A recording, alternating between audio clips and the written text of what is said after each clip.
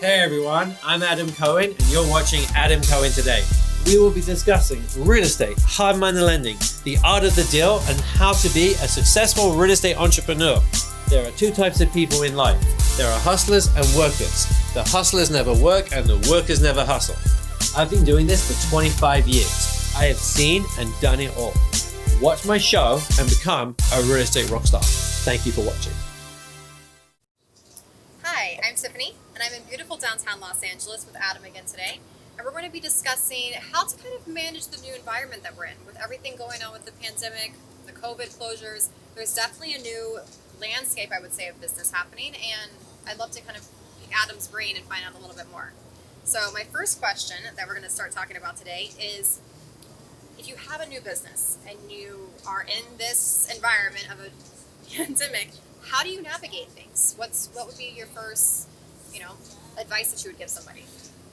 Well, the first advice I would give anybody presently on opening a new business is probably an online business is going to be your first choice. Retail, in the old days when I first started my business, retail office was always like a key component. Where am I going to open? What location? How many people do I need? But with the COVID the way it is, if you're going to start a new business today, and you definitely can start a new business, and there are so many opportunities out there, definitely consider it online. Because most businesses today are doing business online. So if you can do something online, that's going to be now specifically online. There's obviously a ton of platforms out there. Would you say something like an Amazon store or having your own website? What do you kind of see as the online new business platform that is the best to kind of venture into? Okay, that's a very good question. So there are all types of businesses that you can do. The world is your oyster, and by all means don't be reliant on what we share with you here today. But I have friends of mine who have Amazon stores. They also have their own websites where they're marketing stuff, plus they have the store online. You can do digital coaching, you can do Zoom coaching, online videos, professional services. There is just about any service that you can offer if you have a talent or a skill that you can market out online these days through Zoom meetings, seminars, webinars, conferences, marketing materials, tutorial videos. There's no limit. Technology is so brilliant today that you're not limited by how you can get your message across. So being in front of a physical audience or in a physical location is just not what it used to be.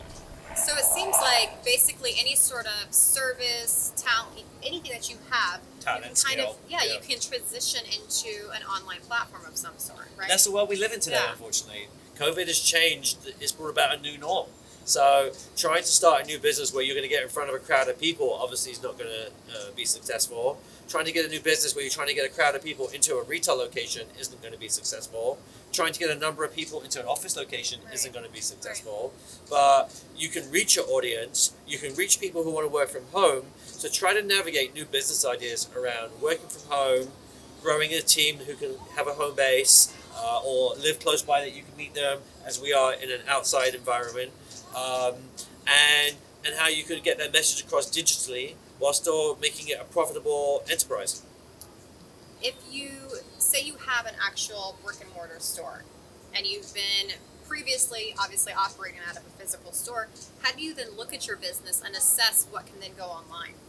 Okay, so we live in a world where anything retail can be shipped. So a lot of people have different businesses and stores, clothing stores, shoe stores, mobile phone stores, jewelry stores. I buy my watches on Joma Shop. So they're online, they're based in New York, but they'll ship you any brand new watch. You can check their credentials. I don't often give an endorsement, but hey, there you go, you got a free one from me, all right. So, but this is just an example that there's nothing that is made today that can't be shipped online. So if you have a retail space, I would consider downsizing a team, which is not everything people want to hear, lowering your overhead and seeing how you can ship products versus get people in through the doors. Because unfortunately, in this day and age, you're losing business if you're reliant on people having to walk into the store. You just touched on something very interesting as far as lowering overhead costs. And of course, no one wants to cut their employees. No one wants to be in that position. What would be some other ways that a new business or an existing business could cut their overhead costs? Well, existing businesses, my first advice would be renegotiate your rent. Landlords are probably giving you a hard time right now about late payments, missed payments, but no one is oblivious to the fact that businesses are suffering and retail is suffering. And the high street, when you walk down it, you're seeing empty store after empty store after empty store. And landlords need you to stay. They need you to come to an arrangement with them. So if there was ever an opportunity to renegotiate your high rent, now would probably be it. If you're going to renegotiate your rent, do speak to your lawyer first to see what obligations you are bound to, if you could walk away from the lease without being sued, or if there are any kind of good guy or breakup clauses that allow you to leave. Force majeure clause is a very common one. Okay, I want you to repeat that one because I've never personally heard of this one before. Right. So force majeure is Latin for acts of God. And a lot of contracts have a force majeure clause. If your business has been forced to close due to force majeure, which COVID is considered, it's even though I consider it a man-made disease, it's a disease, and it's man-made. It's mandated by the government, right. and a lot of businesses have had to close or shut or minimize operations. So if you have a force majeure clause in your lease, you may be able to either get out of the lease or use it as leverage to renegotiate. And as a business person, as a real estate person, that's something I would highly advise you to do. Okay, amazing. As we were talking about different ways to lower your overhead costs, obviously, discussing reducing rent, talking to your landlord. What about a payroll? There was something I was reading, we were discussing about a payroll tax situation. Okay, so this varies from state to state, and it varies based on how you record your taxes, but there are provisions now where you can defer payroll tax obligations, apply for tax relief, or even government grants, or even kind of reporting losses that could give you some credits on your payroll taxes. I am not an accountant, so I'm not going to give you specific tax advice here, but I would say you should definitely consider talking to an accountant or to an SBA specialist regarding how you could defer or reduce your tax obligations to help your business. Amazing. So apart from just lowering your overhead costs, of course, increasing business, whether it's a new business, existing business, either one's going to want to increase it somehow. So keeping an online footprint, what would you say as far as transitioning from, okay, you've had people coming into your physical store, or you're trying to get new clients. What about client retention, client development? Well, if you've been in business long enough, you're going to have some form of client following. And with the pandemic, with COVID, people may just presume you've gone out of business or that you've got reduced hours of operation that may not fit their time frame. So it's very important to keep your audience engaged. For my business, for your marketing company, there's very important audience engagement. They need to know you're there. So one of the ways I would recommend, or several of the ways I would recommend doing that, is that you could do events via Zoom. You could do webinars, seminars. You could do Facebook marketing, or get people engaged with your business. Do something that's for the community. Do something that kind of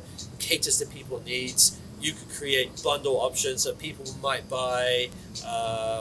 I don't know about you, but I like to moisturize. Of course I moisturize. So I like to, you keep those crow feet down. Absolutely. And what have you. So instead of me buying maybe one moisturizer, maybe I'll buy a bundle, and you could offer payment terms, flexible payment terms to people who have been good and loyal customers that PayPal offers.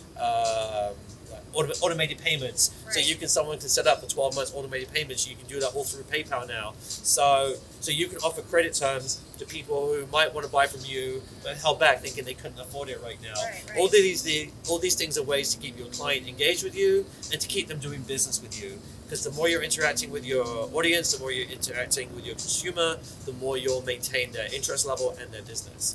It's definitely been a very interesting, I think personally, to kind of observe how businesses have transitioned during this time. And there's been so much creativity that I've seen as far as businesses doing exactly what you're talking about, of getting really creative with the marketing, the engagement. And I mean, I try to look for the positives and things. So during this pandemic, I think one of the positives is seeing that community aspect of businesses, especially small businesses. Yeah, and in the past, we've done these kind of tutorials in front of a real audience. I've done this in front of 500 people at different times. So here we are doing this online, trying to get the message out through doing these video tutorials and online platforms. So COVID has definitely changed the way the world approaches things. It's changed the way businesses operate, the way consumers operate. But if anything, with social media, with websites, with all these different platforms, it's still very manageable to keep your business going in so many different ways, and to keep those doors open, metaphorically or literally, depending on your business. So using like a digital online platforms, using video, using engagement is definitely going to keep your doors open. And if you're starting a new business, you want to kind of jump straight into that. Right. And I think one thing that's very important, especially if you are a physical business owner, is taking into consideration your client's comfort. So obviously everything's changed as far as mask mandates in cities, but how would you say, as a business, you can look and say, this is what I need to do to stand out, to make sure that my own clients feel comfortable entering the store when things are lifted, or if things have already been lifted? Well, you should definitely follow government mandates and restrictions that tell people how to operate those different scenarios, and that's all public information that you can find online. In fact, most different businesses will have some form of wholesale provider that will be able to give them that information.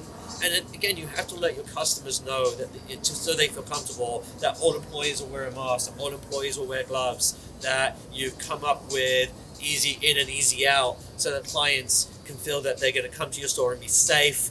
Emphasize cleanliness, as I like to say, cleanliness is next to godliness, right? So emphasize cleanliness and hygiene, and that you're operating a safe space. Once people believe you that you're operating a safe space, and again, you can do that by just doing a little quick walkthrough on your mobile phone, saying, hey, look at the store, this is the way in, this is the way out. Right. We can all shoot a video on our phone these days, even this dinosaur. And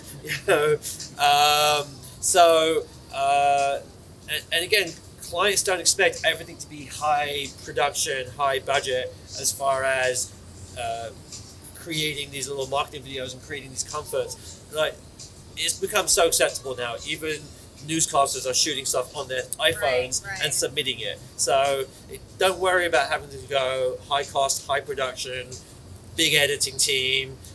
My cameraman and editor is standing right behind this camera on his iPhone, running his business as we speak. So you can continue to do that. Absolutely. Yeah. Absolutely. So obviously this year has been a very trying time for a lot of people, and unfortunately, I'm sure there's many that have incurred a lot of extra debt. How do you navigate that? What's something you would advise to someone in that situation? Okay, so a lot of people have reached out to me directly with this question, that their business has not been good this year. They were forced to close, or they lost their job, or they've had many kind of financial challenges throughout the year, from having to remodify their already remodified loan modification on their mortgage, to their business rent, to their owing taxes, to owing their suppliers, not being able to buy product. Pretty much a lot of businesses, like large and small, from Macy's and Target to the small mom and pop store, we've seen store closures nationwide, worldwide, in this situation. The good news is that most lenders, suppliers are always willing to negotiate. A lot of people, when they're kind of getting into debt, and I've seen this from so many clients over the years, and I work in finance, and most of the clients that come to me have done exactly this. They've kind of let the bills pile up, things gone unpaid, and really all these institutions want is talk to me, right? So if my advice in a situation like this is try to make a list of all your obligations, try to make a list of what revenues are coming in, what you can afford, what you can manage, and start negotiating with these vendors. Because if you're relying on these companies to supply you for your business, if you're relying on some of these parts as essential elements of your business, or even if it's just keeping the mortgage going, you can talk to these companies. You can get forgiveness, you can negotiate discounts, you can come up with payment plans. There are so many things that you can do. A lot of people say, I'll just file bankruptcy. But bankruptcy is not your friend, it's your enemy, because it prevents you from doing future opportunities for a very long time. So the number one advice I can give to people in that situation, and it's a very real situation, and it really applies to a lot of businesses during COVID, and even like massive corporations are having to do this, is to really make a list of obligations, and start talking and start negotiating. Because you'll find once you've had a conversation with these people, you'll feel better, it'll be a weight lifted, and most of these vendors, most of these banks, most of these lenders, most of these suppliers, they will all work a deal with you. So face it as opposed to let it pile up. Because the more it piles up, the worse it will get. But you can definitely come out with that positively, and once you understand what your obligations are and how you can reorganize, that will give you a clearer mind to then go and be the rock star you need to be to make this successful, right? And we've talked about rock stars in the past, and we can all be a rock star. So I want to be a rock star. you're a rock star, I'm a rock star, you know, I'm a motherfucking rock star at the end of the day. We've had this conversation before. Right. So so keep your chin up, because you're not alone in this world. Everyone is suffering in this economy. Very few people are thriving, but you can thrive, but you definitely have to take that weight off your shoulders. So that's my advice. Focus on it, concentrate on it, confront it, you'll be okay. Amazing. And before we wrap things up today, I want to give you just a minute to talk about, you may have already just seen us discuss Adam's new platform and kind of the project we're working on, but for anyone that maybe hasn't seen that, is there anything you want to touch on? Sure. So on the last shoot that we did about a week ago, we talked about doing a videocast for entrepreneurs. We're looking for people who have existing businesses, have started a new business, have had a business fail and they want to rebuild again. We want to hear your story about what makes you and your journey unique, about what makes it special, and about how you come out fighting every day to accomplish those goals and to achieve those dreams.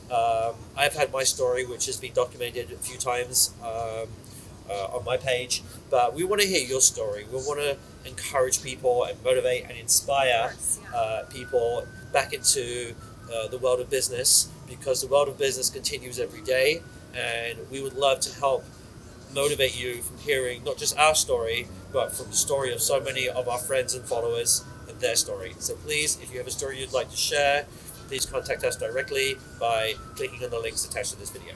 Absolutely. I mean, learning from each other is always the best way, and as we've talked about already, this has definitely been a challenging and new year for everyone. I don't think anyone's gone through something like this before, but I've heard so many inspiring stories of startup businesses and entrepreneurs, anyone with a creative idea. So it's going to be really interesting to see what comes in and for us to look at it. I'm excited. Yeah, so looking forward to hearing about your stories and about sharing them with our viewers on here. So please contact us, and thank you for watching. Absolutely. It's a little chilly, so we're going to wrap up. Yeah.